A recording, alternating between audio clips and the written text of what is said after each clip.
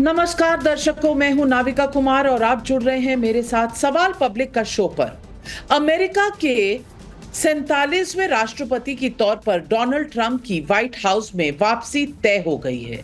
अमेरिकी इतिहास में वो दूसरे ऐसे राष्ट्रपति होंगे जिनका दूसरा कार्यकाल लगातार नहीं होगा। लेकिन आज जब ट्रंप की अमेरिका के चुनाव में जीत हुई है तो वहां के कैंपेन और 5 महीने पहले भारत में चुनावी कैंपेन की समानता साफ देखी जा रही है। आप याद कीजिए, नरेंद्र मोदी के खिलाफ विपक्ष का सबसे बड़ा कैंपेन क्या था? यही ना कि संविधान खतरे में है। राहुल गांधी ने तो आज भी नागपुर में संविधान सम्मान सम्मेलन किया है। संविधान का सम्मान करने में कोई बुराई नहीं, लेकिन संविधान खतरे में है, ये आरोप कितना सच्चा है? सवाल आज यही उठ रहा है। उधर डोनाल्ड ट्रंप के विरोधी कमला हैरिस भी चुनाव के दौरान यही कहते रहे कि अमेरिकी संविधान और आजादी को उनसे खतरा है। आज ट्रंप की जीत के बाद लेफ्ट इकोसिस्टम का हिस्सा माने जाने वाले ग्लोबल मीडिया को ये जीत कितनी भारी लग रही है, ये उनके हेडलाइन से नजर आ रहा है। न्यूयॉर्क टाइम्स के एक कॉलम का हेडलाइन है, his win opens up an era of uncertainty for the nation, यानी कि देश खतरे में आ गया है। यानी अखबार लिख रहा है कि ट्रंप की जीत राष्ट्र के लिए अनिश्चितता लाने वाली है। वॉशिंगटन पोस्ट की हेडलाइन है, अमेरिका में लगातार टर्म ना पाने वाले दूसरे और पहले फेलोन यानी अपराधी राष्ट्रपति बनेंगे। वॉशिंगटन पोस्ट एक दूसरी खबर में यह भी लिखता है कि ट्रंप जीत गए, लेकिन क्या उनका राष्ट्रपति का कार्यकाल उसी तरह अंधकारपूर्ण होगा जैसा उनका प्रचार रहा? बीबीसी ने खबर बनाई है कि एक शक्तिशाली जनादेश ने ट्रंप को खुली छूट दे दी। जिस व्यक्ति को अमेरिकी जनता ने इतना बड़ा जनादेश दिया है, उसके लिए ऐसे शब्द और ये सोच क्या दिखा रहा है? क्या आपको नरेंद्र मोदी को मिले जनादेश पर भारत में ऐसे ही सुर सुनने को नहीं मिले थे क्या? सवाल पब्लिक का है कि जब मोदी जैसी ट्रंप को जीत मिली है तो क्या खतरे में संविधान का ग्लोबल एजेंडा फ्लॉप होता नजर आ गया है? ट्रंप नरेंद्र मोदी के दोस्त हैं। दोनों नेता सार्वजनिक मंच से अपने अपने तरह से इस बात को कह चुके हैं, लेकिन ट्रंप के आने से दुनिया में क्या बदलाव आएगा, साथ ही भारत का कौन सा पक्ष मजबूत होगा, क्या चुनौती आएगी, ये सारे सवाल आज अहम हैं। इन अहम पहलुओं पर मैं आगे बात करूंगी, लेकिन आज का मुद्दा है कि क्या ट्रंप पर अमेरिकी ना बंटने ना कटे तो इकोसिस्टम हार गया? अब की बार फिर ट्रंप सरकार, क्या भारत की तरह अमेरिका भी मेल्टडाउन में है? सवाल पब्लिक का आज यही है।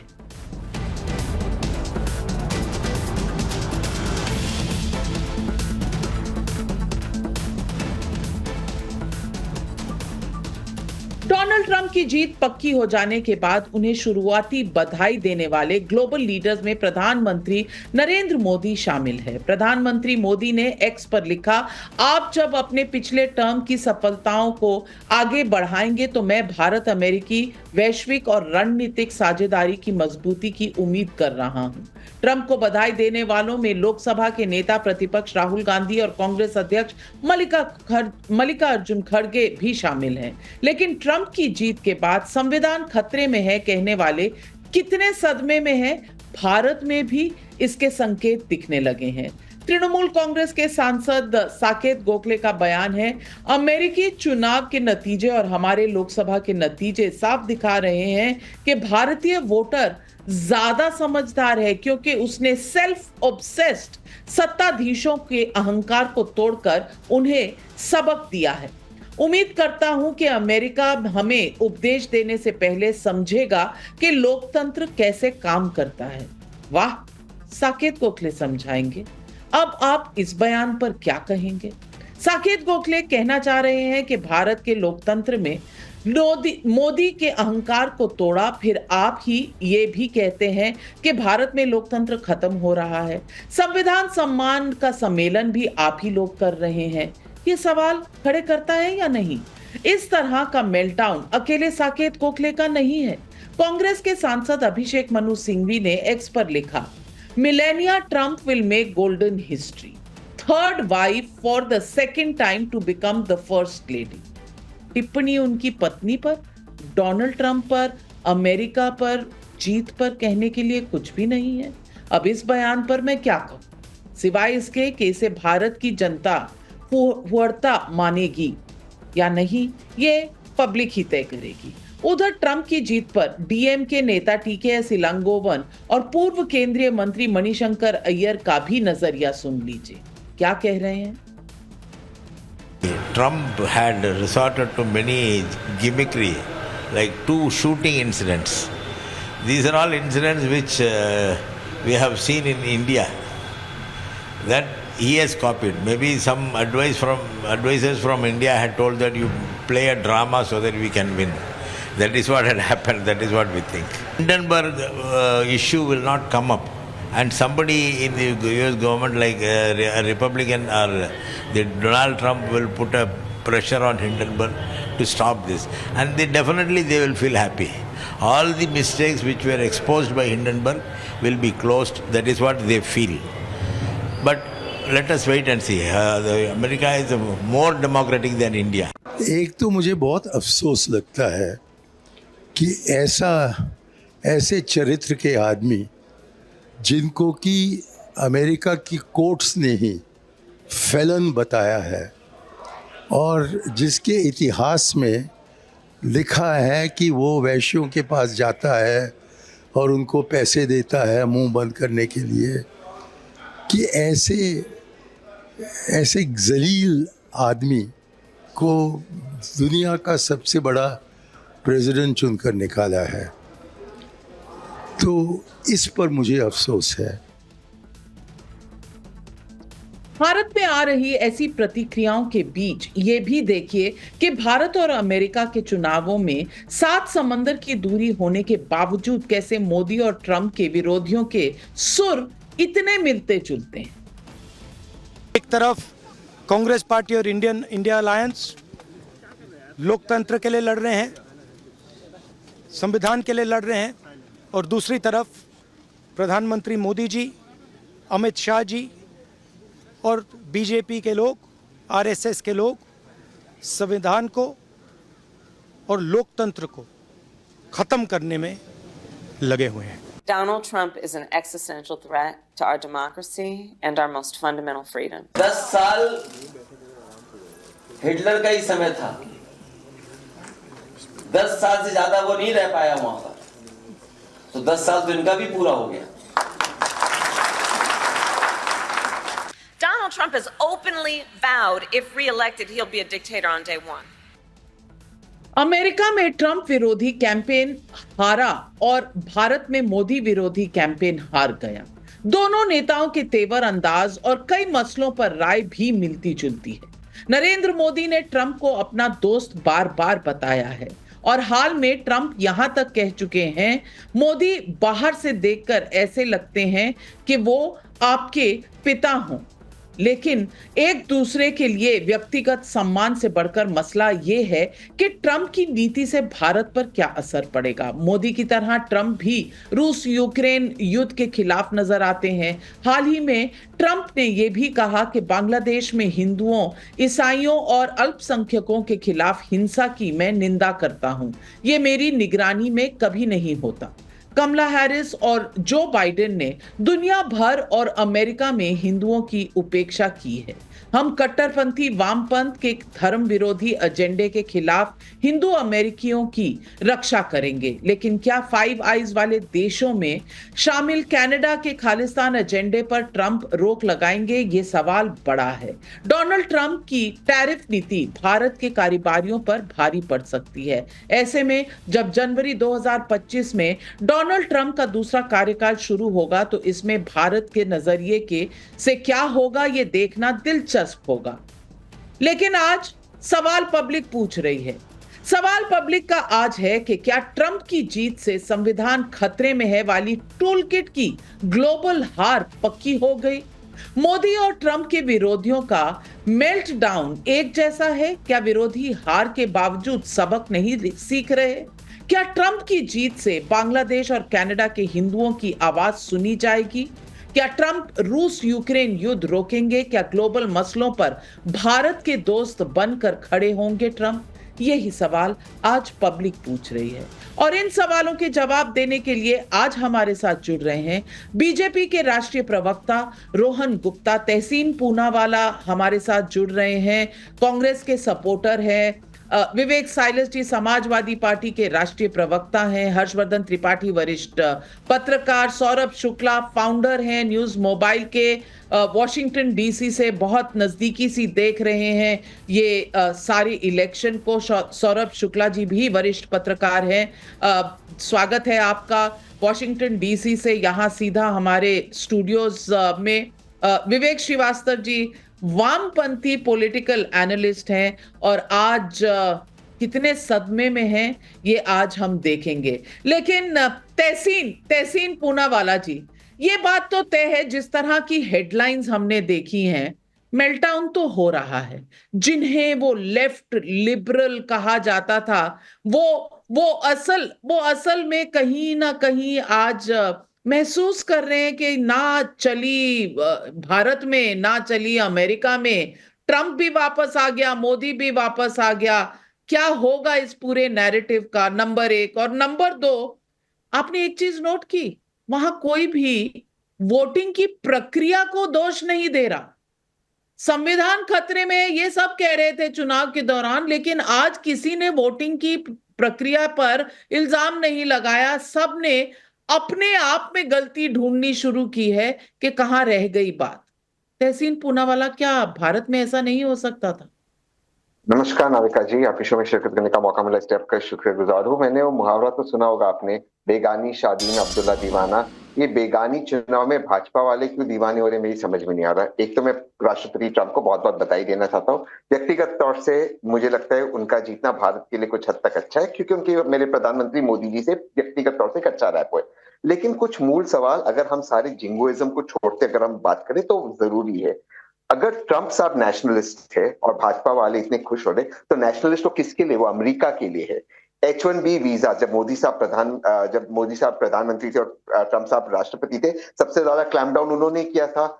इसके अलावा उनकी जो पोजीशन है बाकी मुद्दों को लेकर, मणिपुर पे प्राइम मिनिस्टर मोदी पे वो प्रेशर डालेंगे। याद रखना कि जिस मैच्योरिटी से जो बाइडेन ने पन्नू का इश्यू हैंडल किया था, ट्रूडो ने तो बहुत इमेच्योरिटी निज्जर का मामला हैंडल किया था। ट्रंप उस मैच्योरिटी से हैंडल कर पाएंगे या नहीं कर पाएंगे। और मोस्ट इंपॉर्टेंट मैटर, उन्होंने कहा है कि वो इजराइल को एनकरेज कर रहे हैं ईरान पे अटैक करने, उनकी न्यूक्लियर फैसिलिटीज पे। वेस्ट एशिया पे भारत इंस्टेबिलिटी नहीं चाह सकता। एक और चीज, जब प्रधानमंत्री मोदी जी और ट्रंप की बहुत अच्छी पर्सनल केमिस्ट्री थी, लेकिन ट्रंप और इमरान खान, इनकी भी एक केमिस्ट्री थी और उस वक्त ट्रंप पाकिस्तान को एनकरेज कर रहे थे। वापस वहां पर एक प्रेशर आएगा। बांग्लादेश को अमेरिका ने डिस्टेबलाइज किया है, ये हम सब जानते हैं। अब उसके साथ हमारी विदेश नीति क्या होगी, इन सारी चीजों के लिए हमें आंसर देना होगा। लेकिन मोस्ट इंपॉर्टेंट चीज, ट्रंप प्रोटेक्शनिस्ट है और प्रोटेक्शनिस्ट होने से भारत को इकोनॉमिक नुकसान होगा। तहसीन पूनावाला जी, माफ कीजिएगा, अब तक मैं सोच रही थी कि आपका पर्सनल ट्वीट तो ट्रंप के फेवर में था, लेकिन अब पाकिस्तान और ट्रंप का रिलेशनशिप, इंडिया और ट्रंप के रिलेशनशिप, मोदी और ट्रंप के रिलेशनशिप पर भारी पड़ेगा। ये दिखाता है कि मेल्टडाउन हो तो ऐसा हो। रोहन गुप्ता जी, मैं निशब्द हूं, आप ही जवाब दे दीजिए। बिल्कुल, आज हम सबको निशब्द होना चाहिए, जो भी लॉजिकल हैं, जो भारतीय हैं, जो थोड़ा भी समझते हैं कि देश और पूरा विश्व कहां पे जा रहा है। देखिए नविका जी, आज का जो यूएस का परिणाम है, भले हमारे साथी ने कहा बेगानी शादी में अब्दुल्ला दीवाना, एक बड़ा देश है जिसकी जहां पे कुछ होता है तो उसका इम्पैक्ट पूरे विश्व में पड़ता है। तो हमको चीज समझना पड़ेगा कि जनता क्या चाह रही है, पूरे विश्व की जनता। सबको एक डिसिसिव लीडरशिप चाहिए, सबको एक क्लैरिटी ऑफ थॉट चाहिए। कोई भी व्यक्ति गलत हो सकता है, सही हो सकता है, पर जब तक क्लैरिटी ऑफ थॉट नहीं है, एक क्लियर होना चाहिए कि मैं क्या करना चाहता हूं, उस चीज की जीत हुई है। और जो ये कहा था कि चुनाव कहा जाता था फोटो फिनिश है, जहां पे कांग्रेस के कई नेता भी सभाओं में कमला हैरिस की शामिल हुए थे, जिनको बुलाया गया था, वो चुनाव में करीब 2.5 से 3.5% की बढ़त ट्रंप को मिला ये मामूली चीज नहीं है। उनके ऊपर जो भी आरोप हुए, जो व्यक्तिगत टिप्पणी में मैं नहीं करना चाहूंगा, जनता जनार्दन है, जनता ने फैसला लिया, हमको समझना पड़ेगा। मैं इसके आगे के मायने कह रहा हूं कि जो इंडी गठबंधन के नेता नहीं कर पाए, नविका जी आपके साथ ही मेरी डिबेट हुई थी 2-3 दिन पहले, वो ट्रंप ने करके दिखाया। अगर गलत को गलत बोलना जिस लीडर को आता है, जनता उसके साथ चलती है, उसका एग्जाम्पल है डोनाल्ड ट्रंप। जब बांग्लादेश में कुछ गलत हुआ तो उन्होंने छाती ठोक के कहा कि नहीं, ये जो हुआ है वो गलत है, मैं इसके खिलाफ मैं होता तो ये नहीं होने देता। और हमारे देश में बैठे हुए नेता ये बात करने से डर रहे हैं। इनको समझना पड़ेगा कि जमीन से ये लोग कितने उखड़ चुके हैं, जनता के मुद्दों से कितने बिखर चुके हैं। ये उनके लिए बहुत बड़ा सबक है कि जो व्यक्ति आज देश का यूएस का प्रेसिडेंट बना, उसने इस मुद्दे को उठाया। आज हमारा एक भी नेता उस मुद्दे को उठाने में सफल नहीं रहा। जनता इन चीजों को, ये जो दोगलापंथी है, उसको स्वीकार नहीं करती। दूसरी बात, मैं मोदी जी की बात करूं कि जो पर्सनल केमिस्ट्री की बात करी, हाउडी मोदी की बात हो या नमस्ते ट्रंप की बात हो, बहुत कम ये देखा जाता है कि वैश्विक तौर पे कोई नेता अपने पार्टी में होने के बावजूद भी एक व्यक्तिगत केमिस्ट्री के उनके साथ हमेशा आगे बढ़ते हैं। कई बार उसका मोदी जी को सामना भी करना पड़ा कि आपने नमस्ते ट्रंप क्यों। पर ठीक है, आज मोदी जी समझ रहे हैं कि विजन क्या है, देश की जरूरत क्या है। जिस प्रकार से ट्रूडो ने यूएस के द्वारा, जो पुराना प्रशासन था, उसके द्वारा भाजपा के जो भारत के ऊपर दबाव क्रिएट किया, हर दूसरे दिन लव लेटर आ जाता था, मुझे लगता है इन चीजों को रोकने में हमको अब सफलता मिलेगी। जो खालिस्तान खुलेआम घूम के नफरत फैलाता था देश के हिंदुओं के खिलाफ, भारत के खिलाफ, और आपने देखा होगा इंडी गठबंधन के एक समर्थक इसको हिंदू और सिख की बात कर रहे थे। परसों की डिबेट की हम बात है, ये मानसिकता का विरोध समझिए नाविका जी। हम सब भारतीय हैं, बिल्कुल मानसिकता का विरोध है। और मणिशंकर अय्यर, अभिषेक मनु सिंघवी की मानसिकता, तहसीन पूनावाला, इस पर तो जवाब दे दीजिए। क्या कहा है अभिषेक मनु सिंघवी? चलिए, मणिशंकर अय्यर को अगर ये भी कह दिया जाए कि लूज कैनन है, कभी भी कुछ भी कहते हैं, अभिषेक मनु सिंघवी मीम्स उठाकर लिख रहे हैं और उनकी पत्नी पर टिप्पणी कर रहे हैं। इससे बेहतर कांग्रेस पार्टी के नेता के पास कुछ कहने को नहीं है। तहसीन भाई, नहीं देखिए, ये मुद्दे नहीं है। दो जो स्पेसिफिक मुद्दे, उन पर मेरे भाई रोहन ने जवाब नहीं दिया। कैसे मुद्दे नहीं है? मैं बताता हूं, अभिषेक मनु सिंघवी इतने बड़े नेता हैं, मुद्दा नहीं है वो मुद्दा ही नहीं है। नाविका जी, बांग्लादेश में हमारे हिंदुओं पे अटैक हो रहा है और बांग्लादेश में रेजीम चेंज अमेरिका ने किया था। हम ये जानते हैं कि कोई भी वहां पे राष्ट्रपति हो, फॉरेन पॉलिसी उनकी ड्रास्टिकली चेंज नहीं होती है। और इस बात को लेकर अब जब भारत पे अगर और दूसरा पन्नू को लेकर ट्रंप और प्रेशर डालेंगे भारत के ऊपर, मणिपुर पे लेकर प्रेशर डालने वाले, ये सारी चीजों के, इन चीजों को भाजपा को जो जवाब नहीं देना है, इसलिए भाजपा मुझे आपकी समझ पर सवाल उठाना पड़ेगा कि अगर ट्रंप ने 2 दिन पहले ये कहा कि बांग्लादेश में हिंदुओं और अल्पसंख्यकों के साथ जो हो रहा है वो सही नहीं है, वो टॉलरेट नहीं किया जाएगा, तब भी आपके मन में ऐसा अविश्वास समझ में नहीं आ रहा कि आप अपने नेताओं को बचाने के लिए किस तरह से जलेबी बना रहे हैं। आज देश सुन रहा है। लेकिन विवेक श्रीवास्तव जी, तकलीफ क्या है? किसी ने वहां पर उठाया नहीं कोई भी सवाल कि यहां पर इलेक्शन फेयर नहीं था। संविधान खतरे में जरूर कहा था, लेकिन संविधान कितनी ब्यूटीफुली चला, डेमोक्रेसी और लोकतंत्र कितने ब्यूटीफुली भारत में भी चला, अमेरिका में भी चला। कम से कम आज तो आप ये मानेंगे कि पूरे दुनिया में कहीं पर भी ये डर की राजनीति काम नहीं करती। आपने किया लोकसभा चुनाव में, प्रधानमंत्री नरेंद्र मोदी फिर भी तीसरी बार चुन के आए और उसके बाद हरियाणा के चुनाव भी जीते। अब अमेरिका में जिस तरह ट्रंप जीते हैं, विवेक श्रीवास्तव जी, शायद मेल्टाउन और गंभीर लिबरल लॉबी को गंभीरता से सोचने की जरूरत है। नहीं, पृथ्वी पे काला अध्याय शुरू हुआ है। एक काला अध्याय की शुरुआत है, black chapter in the history of the world, वो शुरू हुआ है। Shame on the people of America. एक तानाशाह जो इस्लामोफोब है, फनाटिक है, माइनॉरिटीज और मुस्लिम्स के खिलाफ है, व्हाइट सुप्रीमेसिस्ट है, उसको वो आया है, उसको चुना गया है। तो ये कोई अच्छी बात नहीं है, ना सेलिब्रेट करने की बात है। सीधी सी बात है, मैं क्लियर बोलने वाला आदमी हूं, डिप्लोमेटिक नहीं हूं।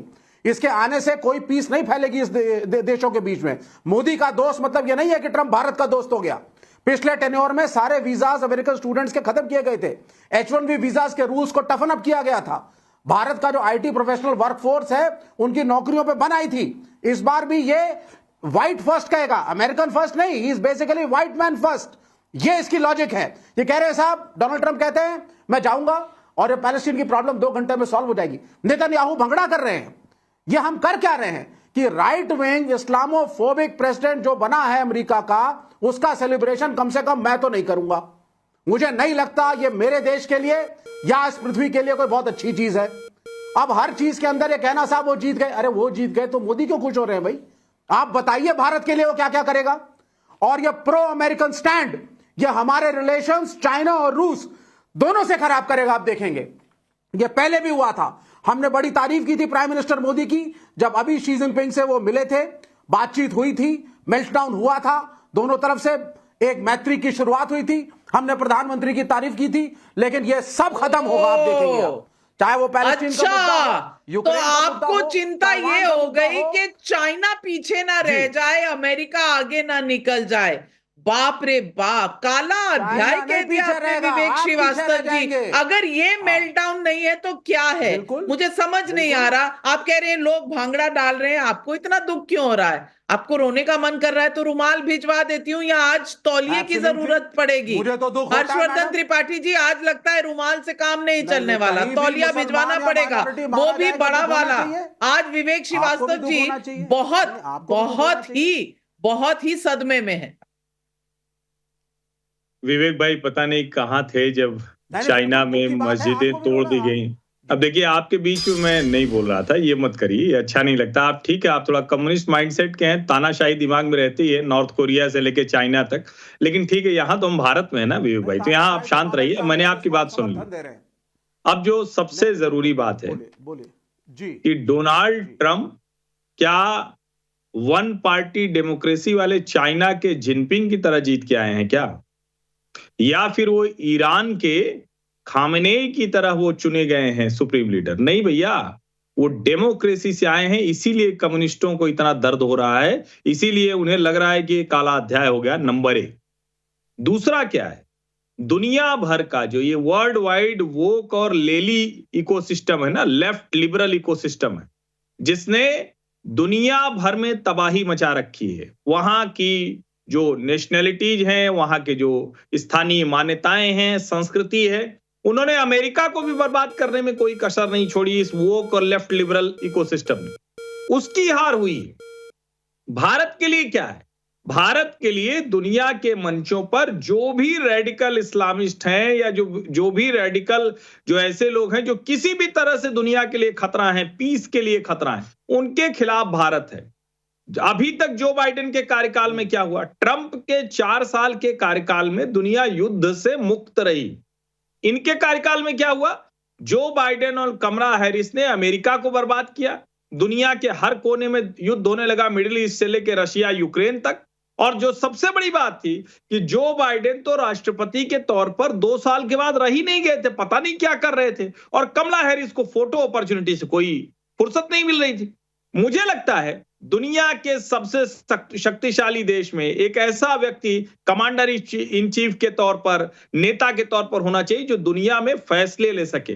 प्रधानमंत्री नरेंद्र मोदी से उनके निजी रिश्ते हैं, लेकिन ट्रंप के बाकायदा भाषणों में भी, ट्रंप के इंटरव्यूज में भी पूरा होने दीजिए, बीच में नहीं, ट्रंप के हिसाब से दुनिया चलेगी और देश चलेगा और हिंदुस्तान चलेगा। मैं जान रहा हूं आपकी सोच होगी नहीं बोलने के लिए। नहीं, आप चाहते हैं कि हिंदुस्तान अमेरिका की कॉलोनी बने, बोलने दीजिए और डोनाल्ड ट्रंप ये डिसाइड करेंगे कि भारत में क्या होगा। बीच में बोलते हैं, इसीलिए बीच में बोलते हैं। चुप हो जाइए, मैं चुप हो जाइए, मैं आपकी बात नहीं, आप बहुत बोल चुके। अगर आप ये बोलेंगे कि हमें एक शक्तिशाली अमेरिकी नेता चाहिए जो विश्व में डिसाइड करे कि देशों में क्या होगा, हमें नहीं चाहिए अमेरिकन प्रेसिडेंट। विवेक जी, ना आपकी बात सुनाई देगी ना मेरी बात सुनाई देगी। आप ये हमेशा इस अंदाज में क्यों रहते हैं? बड़ी गंदी आदत है अमेरिका की नीतियां, ट्रंप की नीतियां भारत में लाएं। आपकी। पता नहीं क्यों आप सीखते समझते नहीं, थोड़ा तो सुधर जाइए। गलत कर रहे हैं। दुनिया सुधर रही है, चीन भी देखिए सुधर गया, लेकिन भारत के कम्युनिस्ट ना छाता खोले खड़े हैं बिना बारिश कर रहे हैं। थोड़ा तो सुधर जाइए। अभी तो यहाँ ऐसा नहीं है। कम्युनिस्ट को छोड़िए, आप ट्रंप की जय जयकार करिए, चीन के हिसाब से सब कुछ करते हैं। ऐसे मत विवेक श्रीवास्तव जी थोड़ा सा काम डाउन करिए, मुझे फायर ब्रिगेड बुलवानी पड़ेगी। मुझे फायर ब्रिगेड बुलवानी पड़ेगी, इतना नहीं, आज तो इतना माहौल ऐसा ही है। आग बबूला हो रहे हैं। 10 सेकंड का एक सवाल है। हर्षवर्धन अच्छा, क्या त्रिपाठी सवाल? चाहते हैं एक स्ट्रॉन्ग अमेरिकन राष्ट्रपति जो निर्णय लेगा कि विश्व में क्या होगा, तो मैं इसकी आपको मुखालिफत करूंगा। स्ट्रॉन्ग लोगों से ये इतनी दिक्कत हिंदुस्तान, क्यों है? ये भारत, ये आपको इंडिया, ये एक स्ट्रॉन्ग इंडिपेंडेंट लोगों कंट्री से है। इतनी दिक्कत क्यों मैं तो है? फॉलो विवेक करूंगा कि डोनाल्ड श्रीवास्तव ट्रंप जी, क्या चाहता है। मोदी स्ट्रॉन्ग है, आपको पसंद नहीं अरे आते, मैं उनका गुलाम ट्रम्प थोड़ी ना हूं स्ट्रॉन्ग है, अमेरिका का। आपको डर लगने लग हर्षवर्धन जाता त्रिपाठी है। बने गुलाम और मोदी बने गुलाम, मैं क्यों बनूं अरे गुलाम? वाह, अच्छा, तो रविका जी, आपको 30 मोदी जी सेकंड। ने नहीं बनाया ना 30 गुलाम? सेकंड दीजिए जरा, ये नहीं चुप नहीं, करा तो के आपको और मोदी जी ने इनको गुलाम चुप नहीं करा के। बनाया ना 11 सालों में। आप जो चाहते हैं वो बोलते हैं, तो यहाँ पर हाँ। लोकतंत्र चल रहा है ना, वहां पर भी चल जाएगा, मेरा चिंता मत कॉन्स्टिट्यूशन कीजिए। है ना। हर्षवर्धन त्रिपाठी जी, बिल्कुल। जवाब दे दीजिए। सिर्फ 30 सेकंड। 10 साल के नरेंद्र मोदी के कार्यकाल में 2 बार ट्रंप ने कहा कि नरेंद्र मोदी को दबाना, नरेंद्र मोदी से अपने हिसाब से कुछ करवा पाना ये असंभव है। और ये जिनपिंग को भी समझ में आ गया विवेक भैया, अब तो बड़ी गड़बड़ हो गई। अब तो आपका वो तानाशाह जो दुनिया में करता था ना, वो भारत के सामने वो भी राइट टाइम हो गया। अब इसके आगे की बात, वर्ल्ड पीस चाहिए तो लीडरशिप तो स्ट्रांग होनी पड़ेगी ना। आप शक्ति होती है तभी आप कहीं शांति ला पाते हैं। ये पहला सीधा सा सिद्धांत है। आप लोग तो भारत को न्यूक्लियर पावर भी नहीं बनने देना चाहते हैं। भला हो इंदिरा गांधी जी का, भला हो अटल बिहारी वाजपेयी जी का कि आज हम इस स्थिति में हैं। भला हो नरेंद्र मोदी का कि सर्जिकल स्ट्राइक करके पाकिस्तान को इररिलेवेंट कर दिया। और जिस इमरान खान से दोस्ती की बात अभी कर रहे थे तहसीन भाई, अद्भुत खोज के लाए। अरे डोनाल्ड ट्रंप ने इमरान खान के समय में ही जो पाकिस्तान को मदद मिलती थी बंद कर दी थी। फैक्ट तो अपने लेके सही आया कीजिए। इमरान खान वॉशिंगटन गए, प्रेस कॉन्फ्रेंस में बोला हमारे यहां 40-50 हजार आतंकवादी हैं, एडमिशन हो गया। कम से कम कुछ तो याद करके आया कीजिए आपको क्या हो गया है। और अभिषेक मनु सिंघवी, शर्मनाक बयान है, पूरे देश को शर्मसार किया किसी के ऊपर व्यक्तिगत टिप्पणी। और अगर अमेरिकी समाज जिस तरह से देखता है उस तरह से उनको तय करने का अधिकार है। हम वहां वोट देने नहीं जा रहे हैं और हमें यह भ्रम नहीं है कि भारत का हित कोई अमेरिका सुरक्षित रखे। हम अपने हित सुरक्षित रखने में सक्षम है, लेकिन दुनिया में जिस तरह के संघर्ष चल रहे हैं उसमें अमेरिका में डोनाल्ड ट्रंप का आना बहुत महत्वपूर्ण था। सौरभ शुक्ला जी, आपने सुना जितना अमेरिका में मेल्टडाउन हो रहा है उससे ज्यादा भारत में मेल्टडाउन हो रहा है। पहले तो पूछना चाहती हूँ, फायर ब्रिगेड्स चल रहे हैं क्या अमेरिकी सड़कों पर? या बर्नॉल का जो इक्विवेलेंट है उसकी सेल्स बढ़ तो नहीं गई है, स्टॉक मार्केट प्राइस बढ़ तो नहीं गए हैं? यहां मुझे लग रहा है कि सेल बढ़ने वाली है। लेकिन मैं पूछना चाहती हूँ, जो लोग कहते हैं कि डोनाल्ड ट्रंप बहुत शक्तिशाली हैं, भारत को नीचे कर देंगे और भारत के लिए अब मुश्किल पैदा हो जाएगी, किस तरह की टिप्पणियां आ रही हैं?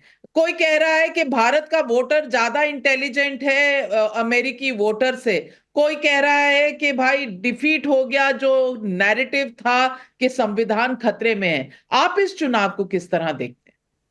देखिए नविका जी, 2 आयाम है। एक तो जो डेमोक्रेसी खतरे में है वो नैरेटिव जो है वो भारत में भी उसकी हार हुई और यहाँ अमेरिका में भी हार हुई। एक पहली बात। दूसरी बात, डोनाल्ड ट्रंप 2.0 जो है वो जो है अमेरिका फर्स्ट तो रखेगा ही, पर जो डोनाल्ड ट्रंप है एक अपने जो लीडर टू लीडर डिप्लोमेसी है उसको बहुत आगे रखेंगे। उसमें भारत जैसे नरेंद्र मोदी जो लीडर हैं उनके साथ उनकी एक अच्छी समझ है, उनकी साथ अच्छा रैपो है, उससे भारत को फायदा ही होगा, कोई नुकसान नहीं होगा। और जहां तक ये कहा कि भारत इस समय विश्व में एक बड़े देश के रूप में उभरा है जिसको विश्व एक यूनिफायर देखता है। डोनाल्ड ट्रंप ने भी कई बार कहा है, खुल के कहा है कि नरेंद्र मोदी के साथ उनके अच्छे संबंध हैं और कई मुद्दे ऐसे हैं जो भारत और अमेरिका जो एक जिस पर उनका रुख एक तरफ नहीं है वो दोनों मिलकर सुलझा सकते हैं। तो मुझे लगता है एक तो ये लीडर टू लीडर जो डायलॉग होगा उस पर भारत उस पर सफल होगा, पहली बात। दूसरी बात, कई जो युद्ध हैं जैसे यूक्रेन और रूस का युद्ध है उससे भारत पे भी इंपैक्ट पड़ रहा है। तो अगर वो सुलझा पाते हैं जैसा वो कह रहे हैं, भारत के लिए भी अच्छा रहेगा क्योंकि भारत को भी उसमें थोड़ा एक असमंजस की स्थिति रहती है, उसका एक फायदा होगा। तीसरी बात, चीन पर वो लगातार दबाव बनाएंगे। भारत के लिए भले ही चाहे ट्रेड हो ट्रेड में वो टैरिफ की बात करेंगे तो वो बिजनेसमैन है, वो समझते हैं कि किस देश से ज्यादा फायदा हो सकता है। उसमें भी जब चीन पर दबाव बनेगा तो भारत के उद्यमियों के लिए, भारत के उद्योगों के लिए वो फायदा रहेगा। हाँ, उसकी थोड़ी सी पैरामीटर्स बदल सकते हैं। वो चाहेंगे कि ज्यादा से ज्यादा भारत की कंपनीज जो है अमेरिका में निवेश करें। चौथी बात, जो इंडियन अमेरिकन है उन्होंने पहली बार, और मैं बताऊं आपको, मैं इंडियन अमेरिकन ने इस बार रिपब्लिकन पार्टी को सपोर्ट बहुत ज्यादा किया है। उसका कारण है क्योंकि डोनाल्ड ट्रंप थे जिन्होंने डिस्टिंग्विश किया स्किल्ड इमिग्रेंट्स और इलीगल इमिग्रेंट्स के लिए। स्किल्ड इमिग्रेंट जो भारत के कई साल से यहां बैठे हैं, जिनको ग्रीन कार्ड नहीं मिल पा रहा है, उनके रिश्तेदार हैं, कई लोग, कई जो सिटीजन हैं उनके रिश्तेदार हैं, उन लोगों के संबंध है, वो जो है वो ये अपेक्षा कर रहे हैं कि डोनाल्ड ट्रंप जब आएंगे तो कुछ स्किल्ड इमिग्रेंट्स के लिए कहेंगे। डोनाल्ड ट्रंप की अपनी जो वाइफ है मेलेनिया, वो खुद इमिग्रेंट रही हैं, वो यहाँ खुद ग्रीन कार्ड के थ्रू आई थी। इलॉन मस्क जो उनके सबसे बड़े और उनके जो सपोर्टर्स हैं, वाइस प्रेसिडेंट हैं जेडी वैंस, उनकी पत्नी उषा वैंस भी एक इंडियन है। और इंडियन कम्युनिटी के लिए ये कितना जरूरी है, ये देश और दुनिया सभी देख रहे हैं। लेकिन विवेक साइलस जी, सवाल आज यही है कि डेमोक्रेसी खतरे में है, डेमोक्रेसी और संविधान खतरे में है। ये नैरेटिव ध्वस्त हुआ है और जिस तरह से बौखलाहट नजर आ रही है, चाहे वो साकेत गोखले हों, चाहे वो अभिषेक मनु सिंघवी हों, चाहे वो मणिशंकर अय्यर हों, कहीं ना कहीं ये जो डराने धमकाने का एटमॉस्फेयर है, ये चलने वाला नहीं है, ना भारत में ना अमेरिका में। ये तो तय हो गया। अब ये बताइए कि वहां तो कोई बहाने नहीं कर रहा कि ईवीएम में प्रॉब्लम है या बैलेट पेपर में किसी ने आकर मोहर लगा दी या वहां का इलेक्शन कमीशन जो है वो बिका हुआ है। यहां पर इस तरह की बात करके क्या आप अपने लोकतंत्र को हल्का नहीं कर देते? देखिए नाविका जी, आपने अपनी प्रारंभिक टिप्पणी में कुछ महत्वपूर्ण सवाल जरूर उठाए। सबसे पहले आपने जो संविधान खतरे की बात की, तो संविधान खतरे में है, ये तो भारतीय जनता पार्टी के नेताओं और जो प्रत्याशियों हैं उन्होंने उठाया सबसे पहले। इसको तो विपक्ष ने नहीं उठाया। उन्होंने कहा हमको 370 दे दो, हम संविधान को बदल देंगे। बोली कहा कि नहीं कहा। दूसरी महत्वपूर्ण आपने बात उठाई कि भारत में मोदी के खिलाफ जो कैंपेन था वो हार गया। अरे मोदी जी तो कह के आए थे इस बार, अब की बार 400 पार, और आ गए 240 पे। तो आप कैसे कह सकती हैं कि मोदी जी के खिलाफ जो है कैंपेन हार गया? अब ये भी बात सही है कि मोदी जी इस बार अमेरिका नहीं गए, ट्रंप साहब जीत गए। वोटिंग प्रतिक्रिया पे बात हुई कि वहां के लोगों ने वोटिंग प्रतिक्रिया पे उंगली नहीं उठाई। आपने बहुत महत्वपूर्ण और बहुत जबरदस्त सवाल पूछा है। आप बैलेट पेपर से, जैसे अमेरिका में चुनाव होते हैं, हिंदुस्तान में कर दीजिए, हम भी कोई प्रतिक्रिया नहीं करेंगे, कोई सवाल नहीं उठाएंगे। हमारी लड़ाई जो है ईवीएम से, बैलेट पेपर से कभी नहीं है। करा दीजिए जैसे अमेरिका में। अमेरिका जैसा एडवांस देश जब बैलेट पेपर का इस्तेमाल कर सकता है तो भारत क्यों नहीं कर सकता है? और देखिए, डोनाल्ड ट्रंप साहब ने, उनको बधाई देते हुए मैं कहता हूं, और अमेरिकन जो सिटीजन हैं उनको भी बधाई देता हूं, उन्होंने क्या कैंपेन में कहा? उन्होंने अमेरिका की बेरोजगारी, महंगाई और टैक्स पे बात की कि जब वो आएंगे तो बेरोजगारी को कम करेंगे, अमेरिका की महंगाई को और टैक्स को घटाने का काम करेंगे। हिंदुस्तान में क्या हो रहा है? झारखंड में चुनाव है, महाराष्ट्र में चुनाव है, यहां हो रहा है कि बहू बेटी को लेके भाग जाएंगे। महंगाई, बेरोजगारी और टैक्स पे आज हिंदुस्तान में ना तो मीडिया और ना ही भारतीय जनता पार्टी बात करना चाहती है। देखिए, विवेक साइलस जी, कमाल करते हैं आप जानते हैं भारत अमेरिका से आगे है, ईवीएम का इस्तेमाल करता है, विंडो का इस्तेमाल करता है, किस तरह से कोविड वैक्सीन सबको मिले। ओ आपने तो उसे बीजेपी की वैक्सीन कहा था ना, लेकिन वो भारत में सब कुछ हो रहा था, ऑनलाइन हो रहा था, वो अमेरिका नहीं कर पाया था, भारत ने किया था। और आप शायद वो दौर भूल गए हैं जब कांग्रेस का दौर था, जब बैलेट बॉक्सेस होते थे, बूथ कैप्चरिंग होती थी। आप इतिहास भूल गए। पता नहीं आपकी उम्र कितनी है, मुझे 16 साल से ज्यादा नजर नहीं आ रही, क्योंकि आप वो दौर भूल चुके हैं। सवाल आज यही उठता है कि आपको हर चीज, आपकी लड़ाई ईवीएम से कतई नहीं है। कहां है आपकी ईवीएम से लड़ाई? तेलंगाना में आप जीतते हैं, कहीं ईवीएम से लड़ाई होती है? आप अगर जीतते हैं जम्मू कश्मीर में तो कहीं ईवीएम से लड़ाई होती है? नहीं होती। आपकी लड़ाई मोदी से है। अगर मोदी या बीजेपी जीत जाए तब आपके पेट में दर्द होती है। क्यों रोहन गुप्ता? क्या इनकी लड़ाई ईवीएम से है या सिर्फ मोदी तक ही है? देखिए नाविका जी, जब हरियाणा के जिस दिन चुनाव के परिणाम आए, सुबह 9:30 बजे तक ना ईवीएम खतरे में था, ना लोकतंत्र खतरे में था। जैसे ही 10:30 हो गए, ईवीएम खतरे में आ गया, लोकतंत्र खतरे में आ गया, इलेक्शन कमीशन खतरे में आ गया। और इस प्रकार की बेतुकी बातें करके एक पारदर्शी प्रक्रिया है, हमको हमारे लोकतंत्र के लिए नाज होना चाहिए कि जिस प्रकार की प्रक्रिया भारत ने सेट की है पूरे विश्व में एक मिसाल के तौर पे कि इतना बड़ा चुनाव इतनी पारदर्शी तरीके से हो रहा है, उसकी जगह पे ये लोग अपनी हाथ पे सवाल उठा रहे, ये जनता के ऊपर सवाल उठाते हैं। जहां पे भी ये लोग हारते हैं नविका जी, ये जनता पे सवाल खड़े कर देते हैं और इसीलिए इनकी विश्वसनीयता खत्म हो चुकी है। कब तक आप सवाल उठाएंगे? अरे एक्सेप्ट करिए, अपनी गलतियां मानिए। हरियाणा में क्यों हारे, जो इनकी मानसिकता है। नविका जी, मैं इनके बीच में नहीं बोला था, इनको आप चुप करवाएंगी तो मेरी बात मैं रख दूं प्लीज। नविका जी, यहाँ पे जो हम डिबेट कर रहे हैं, आज फायर टेंडर्स की जरूरत है, मैं क्या कर सकती हूँ रोहन गुप्ता जी, मेरी भी तो मजबूरी समझिए। देखिए, इनको चाइनीज पटाखे दे दीजिए, क्योंकि इनको चाइना से प्यार है, इनको चाइनीज पटाखे चाहिए। झूला झूलिए, मैं आपके बीच में नहीं बोला विवेक जी, मेरी बात को खत्म करने दी जाए। जब शी आपका दर्द समझ पा सकता हूं मैं, आप सबका दर्द मैं समझता हूं। और जब चाइना अंदर घुसता है तो कहते हैं ना कोई आया है ना कोई गया है। आज आपको रोना पड़ेगा, आपको विलाप करना पड़ेगा, आपने सोचा था नहीं हुआ। आप सबको समझना पड़ेगा कि विश्व की राजनीति क्या चाहती है, विश्व की जनता क्या चाहती है। वो चाहते हैं कि जो सही को सही बोले, गलत को गलत बोले, दोगलापंथी नहीं चल सकती है। अगर बांग्लादेश में अगर हिंदुओं के खिलाफ कुछ होता है, आपके नेता को बोलना पड़ेगा। आपका नेता चुप नहीं रह सकता है। बांग्लादेश के हिंदुओं पे नहीं बोल के आप सोचेंगे कि उत्तर प्रदेश की राजनीति होगी, नहीं होगी। जुड़ेंगे तो जीतेंगे, जुड़ेंगे तब जब हिंदुओं को भी जोड़ेंगे, सबको जोड़ेंगे। तुष्टीकरण की राजनीति से नहीं जीतेंगे, सारी सीटें हारेंगे। आपको ये मेल्टडाउन, आज मैं तस्वीरें भेजना चाहती हूँ प्रेसिडेंट ट्रंप के ऑफिसेस को कि कितना मेल्टडाउन हो रहा है यहाँ भारत में राजनेताओं का। जितना शायद अमेरिका में नहीं हो रहा उतना तो भारत में हो रहा है। लेकिन पब्लिक के सवाल बहुत आ रहे हैं। निरंजन जोशी का राजकोट गुजरात से सवाल है, अमेरिका में ट्रंप की जीत से इंडिया गठबंधन को ईर्ष्या क्यों हो रही है? तहसीन भाई बता दीजिए क्यों हो रही?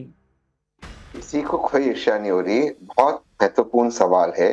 जब भारत और पाकिस्तान के बीच में पुलवामा के बाद टेंशन बढ़ा था, सर्जिकल स्ट्राइक्स के पहले, राष्ट्रपति ट्रंप ने कोशिश की थी कि उसमें इंटरफियर करे। ये भारत के इंटरेस्ट के खिलाफ है।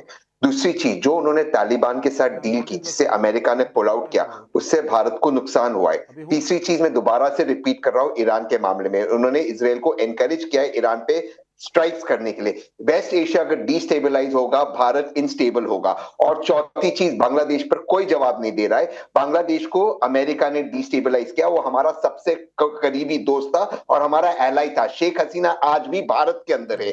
दीज आर फंडामेंटल क्वेश्चंस जिसका जवाब भारत के पास है नहीं। तहसीन भाई मैं एक बात कह दूं आपसे, एक बात आपसे कहना चाहती हूँ। जो बांग्लादेश में हिंदुओं के साथ हो रहा था ना, उस पर डोनाल्ड ट्रंप ने कहा, आपकी इंडिया अलायंस के नेताओं ने कुछ भी नहीं कहा, क्योंकि आपको अपने मुस्लिम वोट्स के खिसकने का हमेशा एक डर बना रहता है। तो इसलिए आप रील बनाए, कल भी नहीं तो हिंदुओं पर ना अखिलेश यादव ने कुछ कहा, ना राहुल गांधी ने कुछ कहा, लेकिन पब्लिक और भी सवाल पूछ रही है। वेंकटेश श्रीनिवास का यूट्यूब पर सवाल है, विवेक श्रीवास्तव को हमेशा गिलास आधा भरा ही क्यों दिखाई देता है, पूरा कब भरेगा विवेक भाई? जनता पूछ रही है।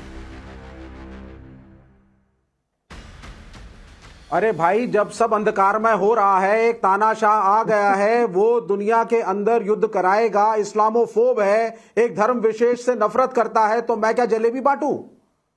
अरे भाई, जब एक चीज खराब है तो खराब है, और ये अमेरिकियों ने गलती करी है, ये रियलाइज करेंगे इस बात को। और ये बैठे हुए अभी वो सौरभ भाई जो शुक्ला जी हैं, वो ज्ञान दे रहे थे कि बहुत बढ़िया इंडिया के लिए सारे वीजा खत्म करेंगे आईटी प्रोफेशनल्स के। जनता ने चुनाव में कह रहा है, तानाशाह कहां से हो गया? कह रहा है जनता ने चुना है, तो वोट डालकर चुना है। हम तो कह रहे गलती करी है विवेक श्रीवास्तव जी, तानाशाह और जनता के चुने हुए रिप्रेजेंटेटिव का फर्क पता है आपको? ये चाइना की बात नहीं हो रही। अमेरिका में जनता ने चुना है ट्रंप को। ये नहीं, बटेंगे तो कटेंगे, ये ट्रंप ने किया अमेरिका में, डर दिखाया है। ये योगी से लेसन लेकर के ट्रंप ने बटेंगे तो कटेंगे अमेरिका में करवाया है। यहां से भी ज्ञान सुन लीजिए विवेक भाई, आप सुनिए। आपको पता है मिशिगन जैसे जो स्टेट था, वहां पर मुस्लिम वोटर्स ने डोनाल्ड ट्रंप को ओवरवेलमिंगली वोट किया है। आप यहां पर अपना ज्ञान दिए जा रहे हैं। आप सुन लीजिए, मुझे बताइए वीजा रूल्स क्या होने जा रहे हैं। जमीनी ज्ञान सुनिए, जमीनी ज्ञान सुनिए, आपका ज्ञान सुन लिया। लोग देखिए, और मैं बता दूं आपको, मुझे इंडियन वीजा पे भाषण दीजिए, मैं चुप बैठूंगा आधे घंटे। देख लीजिएगा, आप देख लीजिएगा, थोड़ा सा ठंडा होके बात करिए, क्योंकि आप जो है भड़क जाते हैं। आप बिना तथ्यों पर 1.0 में क्या किया था सर? तथ्यों, अरे 1.0 में क्या किया था सर? आप 1.0 में H1B वीजा के रेट्स और डॉलर कितने बढ़ाए थे मेरे लोगों के लिए? ज्यादा विवेक से काम लीजिए, थोड़ा विवेक से काम बता रहा हूं, वो हिंदुस्तानी मैन पावर के खिलाफ का प्रेसिडेंट है। जो है इस बार भारत के लिए अच्छा रहेगा, और भारतीयों के लिए जो है एक वो अलग जो है अलग दिशा होगी। नहीं रहेगा, नहीं रहेगा। बाकी देखिए, जब वो इलेक्शन कैंपेन में कह रहा है अमेरिकन फर्स्ट, हम लोग दोबारा डिबेट जब वो इलेक्शन कैंपेन में कह रहा है अमेरिकन फर्स्ट, जमीनी बात तो हम कहां से आ गए? जमीनी बात सुनिए, और मैं आपको बता रहा हूं, बिल्कुल करेंगे, और आप गलत साबित होंगे। विवेक श्रीवास्तव जी, आपको लग रहा था कि वो वहां अमेरिका में इंडियन फर्स्ट कहेगा। आप भी कैसी बेतुकी सी बातें करते हैं। आप किस दुनिया में रह रहे हैं मेरी समझ में नहीं आ रहा, लेकिन जनता के कुछ और सवाल है। मैं हर्षवर्धन जी आपके पास आ रही हूँ। अंजनी कुमार शर्मा का इंदौर से सवाल है, ट्रंप की अमेरिका में जीत और मोदी जी की भारत में जीत ने क्या ये नहीं बता दिया कि लोकतंत्र को खतरे में बताने वालों की हार हुई है? मुकेश चौधरी का जयपुर से सवाल है, ट्रंप की जीत के बाद बीजेपी की खुशी का राज तो सबको पता है, ट्रंप और मोदी की केमिस्ट्री भी पूरी दुनिया के सामने है, पर ये विपक्ष और लेफ्ट लिबरल इकोसिस्टम की निराशा की वजह नहीं पता चल पा रही। बड़ा मुकेश चौधरी ने नपातुला सवाल पूछा है। मंजू बैनर्जी भी पूछ रही हैं, बैलेट पेपर पर बात तो तब शुरू हो सकती है जब बैलेट बॉक्स पर कब्जा ना हो। क्या गारंटी है कि ये विपक्षी नेता इस पर भी सवाल नहीं उठाएंगे? हर्षवर्धन त्रिपाठी जी जवाब दीजिए, ये सवाल तो पब्लिक का बहुत सही है। नविका जी, सबसे पहले तो ये कि दुनिया में शायद भारत ही ऐसा देश है जहां कम्युनिस्ट पार्टी के लोग चाइना फर्स्ट कह सकते हैं, वरना दुनिया में जो देश होता है उसके नेता अपने देश के फर्स्ट पर ही चुनाव लड़ते हैं, और बिल्कुल हर देश को अपने ही हितों को सबसे ऊपर रखना चाहिए। नंबर 1, भारत का थोड़ा इस मामले में गड़बड़ है कि यहाँ कम्युनिस्ट हैं, उनको चाइना फर्स्ट हो सकता है नॉर्थ कोरिया भी फर्स्ट हो जाए, उनका तो भरोसा ही नहीं। अब दूसरा मसला, जितनी बातें विवेक श्रीवास्तव कह रहे हैं उनको 4 साल के कार्यकाल के आधार पर बात करना चाहिए। हार्ले डेविडसन का मसला सबसे बड़ा मसला था, और प्रधानमंत्री नरेंद्र मोदी ने उसमें जरा सा भी रियायत नहीं दी। और आगे मैं बताता हूं आप, एलन मस्क टेस्ला लेकर यहां आना चाहते थे, साफ साफ भारत सरकार ने कह दिया यहां के जो नियम है उसी के आधार पर बात होगी। अब मैं उसकी बात करता हूं जो यहां इन्वेस्टमेंट बढ़ रहा है। एप्पल अमेरिकी कंपनी है, चाइना से मैन्युफैक्चरिंग लाइन वो 5% से 25% बढ़ाने जा रही, वो यहां कर रही। जो अमेरिकी कंपनियां हैं, भारत में 4 कंपनियां सेमीकंडक्टर यूनिट लगा रही, फैब यूनिट लग रही उनकी, और तो और वो कंपनियां देश के हर हिस्से में आ रही हैं, उनके साथ बड़ा समझौता हुआ है। तो मुझे लगता है विवेक साइलेश जी को थोड़ा इन सब मामलों में पढ़ के आना चाहिए। कुछ भी एक बात पकड़ते हैं उसी को बोलते रहते हैं, डिबेट सुनने वाले सोचते हैं कुछ नया तो ज्ञान मिले, विवेकवान रह ही नहीं जाते हैं, बोलते रहते हैं बीच में। बस सवाल ये है कि विवेक जी को आज फायर टेंडर्स की जरूरत है, बर्नौल की जरूरत है, परेशान हो गए हैं और कह रहे हैं चुनाव से जीता हुआ प्रेसिडेंट डोनाल्ड ट्रंप तानाशाह है। भाई, लोकतंत्र का कितना तिरस्कार होगा भारत में भी और अमेरिका में भी। आज पब्लिक यही सवाल पूछ रही है। डराने से राज नहीं मिलते। पब्लिक को आप बताइए, आप क्या मांग रहे हैं, किससे मांग रहे हैं? पब्लिक को ही अगर तिरस्कार करेंगे तो पब्लिक कैसे वोट देगी? यही सवाल भारत से लेकर अमेरिका तक गूंज रहा है। लेकिन आज अपने सारे पैनलिस्ट को धन्यवाद करती हूं। दर्शकों, आपसे इजाजत लेती हूं क्योंकि आज फायर टेंडर्स और पानी की बहुत जरूरत होगी। सारे राज्य के मुख्यमंत्रियों से रिक्वेस्ट है कि फायर टेंडर्स को भिजवा दीजिए क्योंकि मेल्टडाउन बहुत तगड़ा है। दर्शकों, आप अपना ध्यान जरूर रखिएगा क्योंकि जो अमेरिका में हुआ है, भारत उसका ट्रेलर देख चुका था। आज ये नैरेटिव खत्म होगा, देखते हैं। आज बस इतना ही, लेती हूं आपसे इजाजत। नमस्कार।